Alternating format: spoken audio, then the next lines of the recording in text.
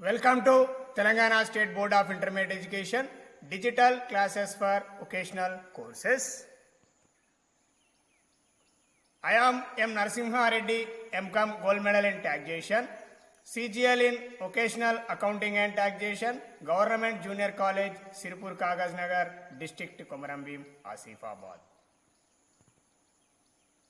Learning objectives. First one is the important terms used in the Income Tax Act 1961, assessee, assessment year, previous year, person and permanent account number, PAN. Second one is determination of first previous year for a newly set up business or profession or for a new source of income. Third one is permanent account number, PAN, section 139A according to the Income Tax Act 1961 and Rule 114.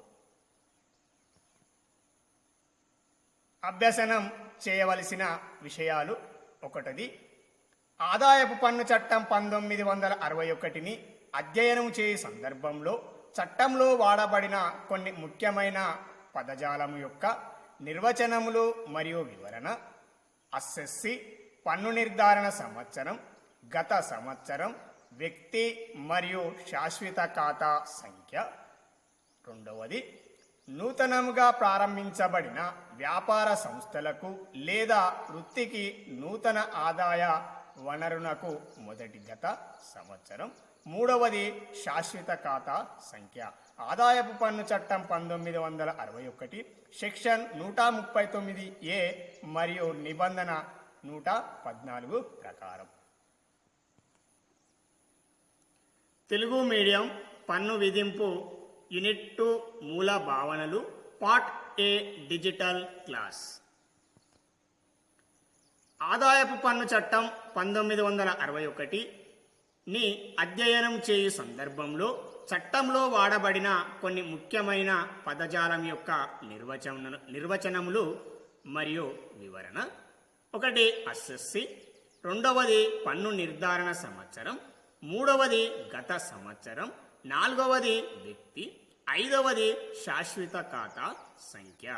అంటే విద్యార్థులు ప్రతినిత్యం ఆదాయపు పన్నును చట్టంను చదివేటువంటి విద్యార్థులు తప్పనిసరిగా ఈ యొక్క పదాల యొక్క నిర్వచనాలను మరియు అర్థాలను తెలుసుకొనవలసినటువంటి అవసరం అనేది ఉంటుంది. అంటే ఈ అసెస్సి, పన్ను నిర్ధారణ సంవత్సరం, గత సంవత్సరం, వ్యక్తి, శాశ్వత ఖాతా సంఖ్య అనేటువంటి పదాలు లేకుండా మనం విద్యను అభ్యసించడం అనేది సాధ్యం కాదు. కావున విద్యార్థులు తప్పనిసరిగా ఈ పదాల యొక్క అర్థాలను చట్టం దృష్టిలో తెలుసుకోవలసినటువంటి అవసరం అనేది ఉంటుంది.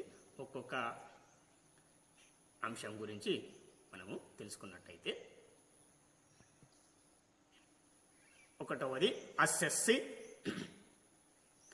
ఆదాయపు పన్ను చట్టం 1961 సెక్షన్ 2 సబ్సెక్షన్ 7 ప్రకారం అసెస్సి అనగా ఆదాయపు పన్ను శాఖకు పన్ను చెల్లించవలసిన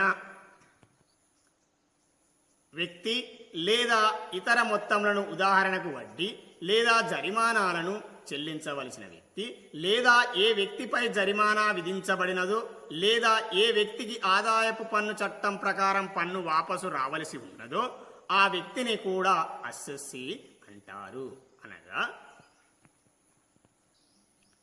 అనగా ఒక వ్యక్తి ఆర్జించినటువంటి ఆదాయం పైన పన్ను చెల్లించవలసినటువంటి బాధ్యతను కనుక కలిగి ఉన్నట్టయితే, పన్ను చెల్లించవలసి ఉన్నట్టయితే ఆ వ్యక్తిని కూడా మనం అసెస్సిగా పేర్కొనడం అనేది జరుగుతుంది.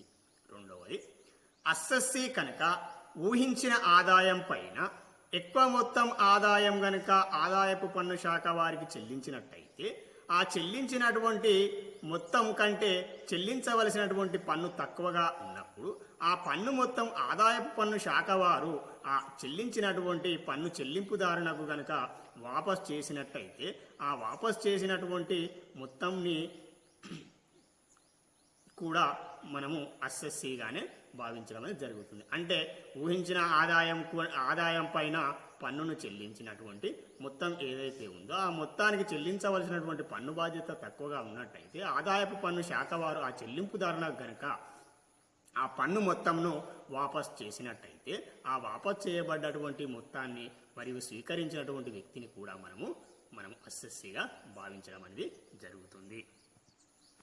అదేవిధంగా ఆదాయపు పన్ను శాఖ నిబంధనలను ఉల్లంఘించడం ద్వారా ఏవైనా జరిమానాలు ఆదాయపు పన్ను శాఖ వారు ఒక వ్యక్తిపై విధించినప్పుడు ఆ జరిమానాలు ఏవైతే ఉన్నాయో ఆ జరిమానాలు విధించబడ్డటువంటి వ్యక్తిని కూడా మనము అసెస్సీగానే గుర్తించడం అనేది జరుగుతుంది. అదేవిధంగా మతి స్థిమితం లేని వ్యక్తులు ఎవరైతే ఉన్నారో ఆ మతి స్థిమితం లేనటువంటి వ్యక్తులకు గనక ఆదాయాన్ని కలిగి ఉన్నట్టయితే ఆ ఆదాయం పైన మతి స్థిమితం లేని వారు పన్నును చెల్లించే పరిస్థితిలో లేనప్పుడు ఆ మతి స్థిమితం లేని వారి తరపున గనక ఏ వ్యక్తి అయితే పన్ను బాధ్యతను లెక్కించి చెల్లింపునకు అంగీకరిస్తారో ఆ వ్యక్తిని కూడా మనము అసెస్సీగా భావించడం అనేది జరుగుతుంది. ఆ వ్యక్తిని మనము భావితమైనటువంటి అసెస్సీగా చెప్పడం అనేది జరుగుతుంది.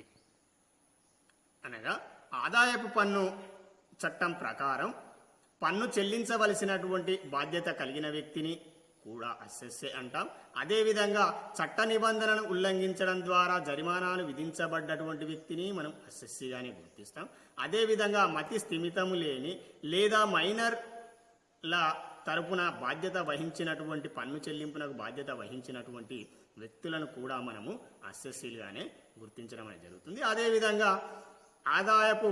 ఊహించిన ఆదాయంపై చెల్లించవలసినటువంటి పన్ను మొత్తం కంటే ఎక్కువ మొత్తాన్ని చెల్లించిన అసెస్సీ ఎవరైతే ఉంటారో ఆ అసెస్సీకి ఆదాయ పన్ను శాఖ వారు పన్ను వాపస్ చేసిన వారిని కూడా మనము అసెస్సీగానే గుర్తించవలసి ఉంటుంది. రెండవది పన్ను నిర్ధారణ సంవత్సరం, అసెస్మెంట్ ఇయర్. పన్ను నిర్ధారణ సంవత్సరం ఆదాయపు పన్ను చట్టం 1961 సెక్షన్ 2 సబ్సెక్షన్ 9 ప్రకారం పన్ను నిర్ధారణ సంవత్సరం అనగా ప్రతి సంవత్సరం 1 ఏప్రిల్తో ప్రారంభమై తదుపరి వచ్చే సంవత్సరం 31 మార్చితో అంతమగు 12 నెలల కాల వ్యవధిని పన్ను నిర్ధారణ సంవత్సరం అంటారు. ప్రస్తుత పన్ను నిర్ధారణ సంవత్సరం 2020-21 ఇది 1 ఏప్రిల్ 2020తో ప్రారంభమై తదుపరి వచ్చే సంవత్సరం 31 మార్చ్ 2020తో అంతమగును. ఇక విషయానికి వచ్చినట్టయితే పన్ను నిర్ధారణ సంవత్సరం అసెస్మెంట్ ఇయర్. అసెస్మెంట్ ఇయర్ అనేటువంటి పదంని గమనించినట్టయితే ఒకటి అసెస్మెంట్, రెండవది సంవత్సరం year. Assessment plus year is equal assessment year. పన్ను నిర్ధారణ సంవత్సరం ఆదాయపు పన్ను చట్టం 1961 సెక్షన్ 2 సబ్సెక్షన్ 9 ప్రకారం పన్ను నిర్ధారణ సంవత్సరం అనగా ప్రతి సంవత్సరం ఏప్రిల్ 1తో ప్రారంభమై తదుపరి వచ్చేటువంటి సంవత్సరం 31 మార్చి అంతమకు 12 నెలల కాలం ఏదైతే ఉందో ఆ కాల వ్యవధిలో గనుక అసెస్సీ అతను ఆర్జించినటువంటి పన్ను ఆదాయం పైన పన్ను చెల్లించవలసినటువంటి బాధ్యతను కలిగి ఉంటాడు. అంటే ఒకటి ఇది ప్రస్తుత పన్ను నిర్ధారణ సంవత్సరం ఏదైతే ఉందో మనము దాన్ని కనుక గమనించినట్టయితే ఇది ఏప్రిల్ 2020తో ప్రారంభమై తదుపరి వచ్చే సంవత్సరం 31 మార్చి 2021తో అంతమగు 12 నెలల కాల వ్యవధిని మనము పన్ను నిర్ధారణ సంవత్సరంగా చెప్పడం అనేది జరుగుతుంది. అంటే అసెస్సీ గత సంవత్సరంలో ఆర్జించినటువంటి ఆదాయం ఏదైతే ఉందో ఆ ఆదాయం పైన పన్ను చెల్లించవలసినటువంటి బాధ్యతను మనకు పన్ను నిర్ధారణ సంవత్సరంలో కలిగి ఉండడం అనేది జరుగుతుంది. అదేవిధంగా మనము అసెస్మెంట్ అనేటువంటి పదానికి అర్థం చేసుకున్నట్టయితే అసెస్మెంట్ ఇయర్ కూడా త్వరగా మనం అర్థం చేసుకుంటూ అవకాశం కలదు. అసెస్మెంట్ అంటే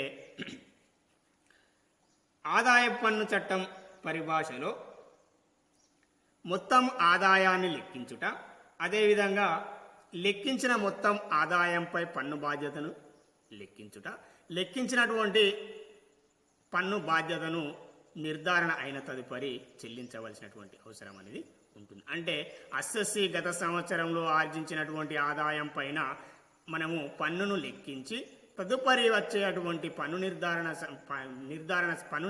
సంవత్సరం ఏదైతే ఉందో ఆ సంవత్సరంలో చెల్లించవలసినటువంటి అవసరం అనేది ఉంటుంది. అసెస్మెంట్ అంటే పన్నును నిర్ధారించడం లేదా లెక్కించడం అని అర్థం. అదేవిధంగా ఏ సంవత్సరంలోనైతే పన్నును మనం నిర్ధారిస్తున్నామో లెక్కిస్తున్నామో ఆ లెక్కించేటువంటి సంవత్సరం ఏదైతే ఉందో ఆ సంవత్సరాన్ని మనము పన్ను నిర్ధారణ సంవత్సరం అంటాము. అంటే ఇది సాధారణంగా ప్రతి సంవత్సరం 1 ఏప్రిల్తో ప్రారంభమై తదుపరి వచ్చేటువంటి సంవత్సరం 31 మార్చితో అంతమగు 12 నెలల కాల వ్యవధి ఏదైతే ఉందో ఆ కాల వ్యవధిని మనము పన్నును నిర్ధారించేటువంటి సంవత్సరంగా చెప్పడం అనేది జరుగుతుంది. అంటే ఇప్పుడు ప్రస్తుతము మనము చదువుకోబోయేటువంటి ప్రస్తుత పన్ను నిర్ధారణ సంవత్సరం ఏదంటే ప్రస్తుత పన్ను నిర్ధారణ సంవత్సరం 2020-21.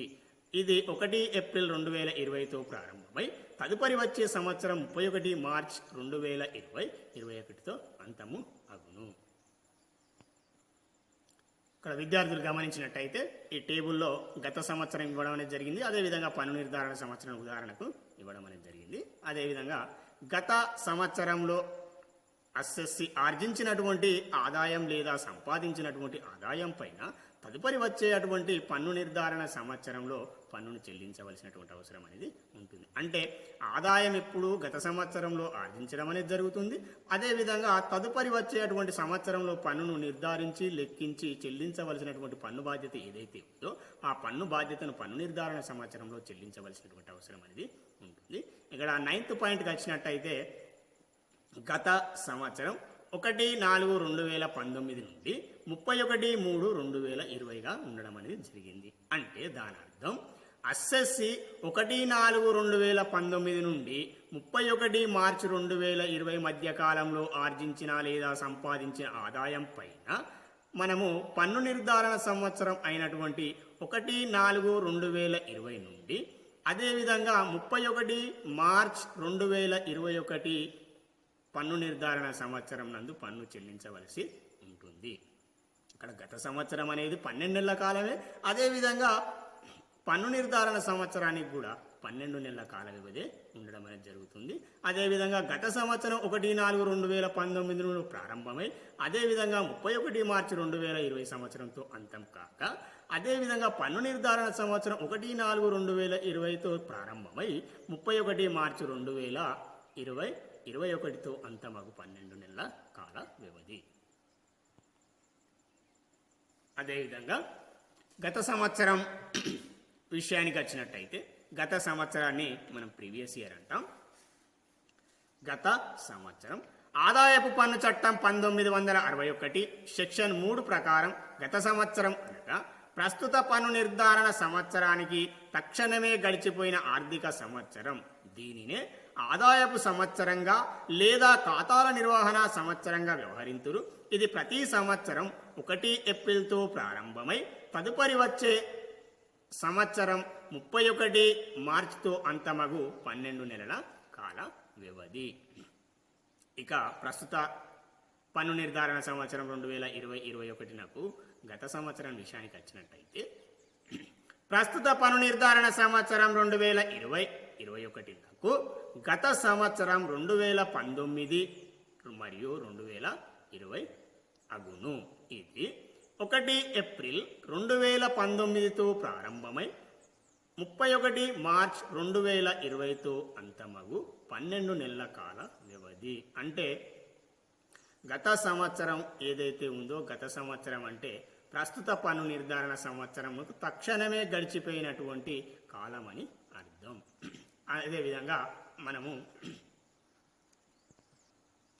అదేవిధంగా ఇక్కడ మనము గమనించినట్టయితే క్రమ సంఖ్య గత సంవత్సరం పన్ను నిర్ధారణ సంవత్సరం గత సంవత్సరం విషయానికి వచ్చినట్టయితే ఇక్కడ 1/4/2011 నుండి 31/3 వరకు గత సంవత్సరం అయితే పన్ను నిర్ధారణ సంవత్సరం అనేది 1/4/2012 నుండి 31/3/2013 వరకు పన్ను నిర్ధారణ సంవత్సరం అగును. అంటే గత సంవత్సరానికి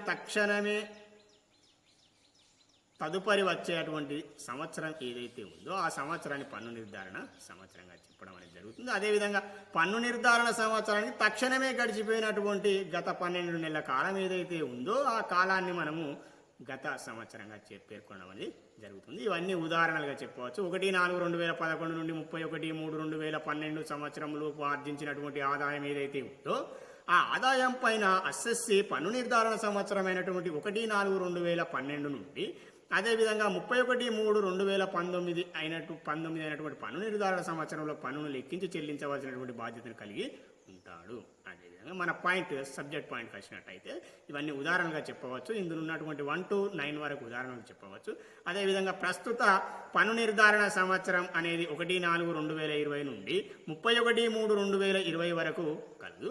కావున ఇక్కడ ప్రస్తుత పన్ను నిర్ధారణ సంవత్సరం 1/4/2020కి గత సంవత్సరం 1/4/2019 నుండి 31/3/2020 సంవత్సరము అగును. అంటే ప్రస్తుత పన్ను నిర్ధారణ సంవత్సరానికి తక్షణమే గడిచిపోయినటువంటి 12 నెలల కాల వ్యవధి ఏదైతే ఉందో ఆ కాల వ్యవధిని మనం గత సంవత్సరం అంటాము.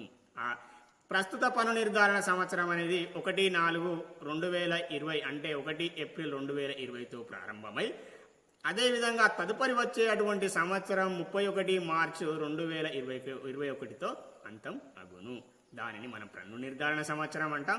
అదేవిధంగా ఇక్కడ 9th పాయింట్లో ఉన్నట్టయితే 1/4/2019 నుండి 31/3/2020 సంవత్సరం వరకు గల 12 నెలల కాల వ్యవధి ఏదైతే ఉందో ఆ కాల వ్యవధిని మనము గత సంవత్సరంగా పేర్కొనడం అనేది జరుగుతుంది. ఈ గత సంవత్సరమే కానీ పన్ను నిర్ధారణ సంవత్సరం అనేది విద్యార్థులు బాగా చదవవలసి ఉంటుంది. అదేవిధంగా ఎందుకంటే ఆదాయపు పన్ను చట్టంలోని అంశాలన్నీ కూడా పన్ను నిర్ధారణ సంవత్సరం గత సంవత్సరం మీదనే ఆధారపడి ఉండడం అనేది జరుగుతుంది. అదేవిధంగా ఉదాహరణకి అస్ఎస్సి కనుక గత సంవత్సరంలో ఆర్జించినటువంటి ఆదాయం పైన పన్ను చెల్లించవలసినటువంటి బాధ్యత లెక్కించవలసినటువంటి బాధ్యత అనేది పన్ను నిర్ధారణ సంవత్సరం ఉంటుంది. అంటే గత సంవత్సరంలో ఆదాయాన్ని ఆర్జించే సంవత్సరంగా ఆర్థిక సంవత్సరంగా అదేవిధంగా ఖాతాల నిర్వహణ సంవత్సరంగా పేర్కొనడం అనేది జరుగుతుంది. అదేవిధంగా పన్నును తదుపరి వచ్చేటువంటి సంవత్సరంలో లెక్కించవలసినటువంటి బాధ్యతను కలిగి ఉంటాడు కాబట్టి ఆ పన్ను లెక్కించేటువంటి సంవత్సరాన్ని పన్ను నిర్ధారణ చేసే మరియు చెల్లించే అటువంటి సంవత్సరంగా మనం పేర్కోవడం అనేది జరుగుతుంది. మనం ఇప్పుడు ఈ విషయానికి వచ్చినట్టయితే ప్రస్తుత పన్ను నిర్ధారణ సంవత్సరం అనేది ఇప్పుడు జరగబోయేటువంటి పన్ను నిర్ధారణ సంవత్సరం అనేది 2020-21, దానికి గత సంవత్సరం అనేది 2019-20. 9వ పాయింట్ రెడ్ కలర్లో ఉన్నదాన్ని విద్యార్థులు గమనించినట్టయితే 9th పాయింట్ 1/4/2019 నుండి 31/3/2020 ఇది గత సంవత్సరం అయితే దానికి పన్ను నిర్ధారణ సంవత్సరం అనేది తక్షణమే వచ్చేటువంటి కాలం సంవత్సరం అయితే ఏదైతే ఉందో తదుపరి వచ్చేటువంటి 12 నెలల కాల వ్యవధి పన్ను నిర్ధారణ సంవత్సరము అగును. 1/4/2020 నుండి 31/3/2021. ఇక అంటే 1/4/2019 నుండి అస్ఎస్సి లేదా పన్ను చెల్లింపుదారుడు ఎవరైతే ఉన్నారో 31/3/2020 లోపు కనుక ఆదాయాన్ని ఆర్జించినట్టయితే ఆర్జించినటువంటి ఆదాయాన్ని గత సంవత్సరం అంటాం. అదేవిధంగా గత సంవత్సరంలో ఆర్జించినటువంటి ఆదాయం పైన 1/4/2020 నుండి 31/3/2021 కాలం ఏదైతే ఉందో దాన్ని పన్ను నిర్ధారణ సంవత్సరం అంటాం. ఆ పన్ను నిర్ధారణ సంవత్సరంలో పన్నును లెక్కించి పన్ను చెల్లించవలసినటువంటి బాధ్యతను కలిగి ఉంటాడు. అదేవిధంగా నూతనంగా ప్రారంభించబడిన వ్యాపార సంస్థలకు లేదా వృత్తికి లేదా నూతన ఆదాయ వనరునకు మొదటి గత సంవత్సర కాలం నందు ఒక వ్యక్తి నూతనంగా ప్రారంభించబడిన వ్యాపార సంస్థలకు లేదా వృత్తికి లేదా నూతన ఆదాయ వనరునకు ప్రారంభపు తేదీ నుండి తదుపరి వచ్చు మార్చితో ముగింపు తేదీగా తీసుకునవలసి ఉంటుంది. ఉదాహరణకు XYZ ఒక వ్యాపార సంస్థను తేదీ 5/10/2019 నూతన వ్యాపారమును ప్రారంభించిన ఈ ఆదాయమునకు మాత్రమే ప్రథమ గత సంవత్సర కాలం 5/10/2019 నుండి 31 మార్చి 2020గా పరిగణించబడును. అంటే గత సంవత్సరం కాలం 12 నెలల కాల వ్యవధిలో కనుక ఏ వ్యాపారస్తుడైనా లేదా ఏ వృత్తి ద్వారా ఆదాయం కానీ లేదా మరే ఇతర ఆదాయ వనరు ద్వారా గనక ఆదాయాన్ని సంపాదించినట్టయితే ఆ ఆదాయపు పన్ను చెల్లించవలసినటువంటి బాధ్యత కలిగినటువంటి వ్యక్తి లేదా ఆదాయాన్ని ఆర్జించినటువంటి వ్యక్తి మొదటిసారి కనుక పన్ను చెల్లించవలసినటువంటి బాధ్యతను కలిగి ఉన్నట్టయితే ఆ కలిగి ఉన్నటువంటి వ్యక్తి ఆర్జించినటువంటి ఆదాయాన్ని స్వీకరించిన తేదీ నుండి తదుపరి వచ్చేటువంటి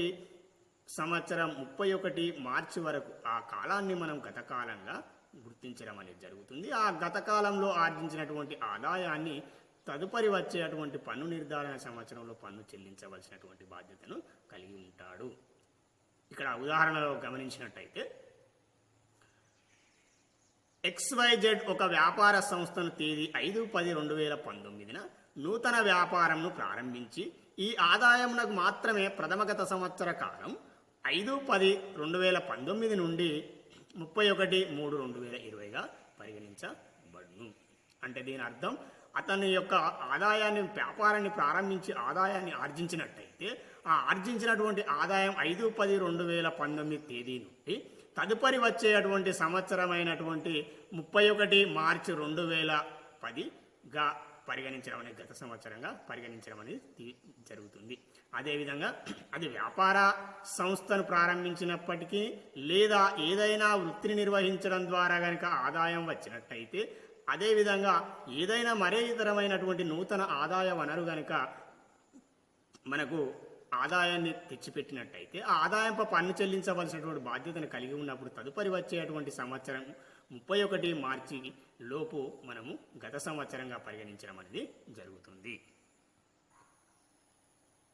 Taxation 1 Unit 2 Basic Concepts Part A Digital Class for English Medium. Some of the important terms used in the Income Tax Act 1961. First one is assessee, second one is assessment year, third one is previous year, fourth one is person, and last one is permanent account number PAN. First one is assessee. According to the Income Tax Act 1961, under section 2 subsection 7, assessee means a person by whom any tax or any other sum of money such as interest or penalty etc. is due under the Income Tax Act 1961. Second one, assessment year, section 2 subsection 9. According to the Income Tax Act 1961, section 2 subsection 9 means the period of 12 months starts from 1st April every year and ending on 31st March next year. Current assessment year 2020 and 2021, it is starts on 1st April 2020 and ends on 31st March 2021. According to the Income Tax Act 1961, assessment year means section 2 as per the section 2 subsection 9. The period of 12 months starts from 1st April every year and ends on 31st March next year. The current assessment year 2020-21, it is starts on 1st April 2020 and ends on 31st March 2021. A period of 12 months. Here, 9th point. Students, come to the 9th point. 1/4/2019 to 31st 3/2020 is the previous year. For the current assessment year 2020 and 21. For the current assessment year starts on 1st April 2020 and ends on 31st March 2021. Here 1/4/2022, 31st 3/2021 period of 12 months is known as the current assessment year.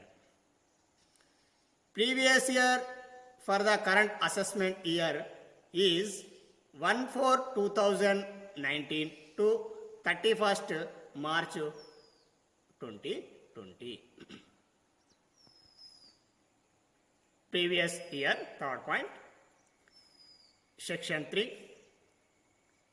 According to the Income Tax Act 1961, under section 3, previous year is the preceding 12 months period to the relevant assessment year. It starts on 1st April and ends on 31st March next year. It is also known as accounting year or income year. Relevant previous year for current assessment year 2020-21 is 2019 and 2020. It starts on 1st April 2019 and ends on 31st March 2020. Here, students, come to the 9th point. 1/4/2019 to 31st March 2020 is the previous year for relevant assessment year 2020 and 21. Here, come to the assessment year side.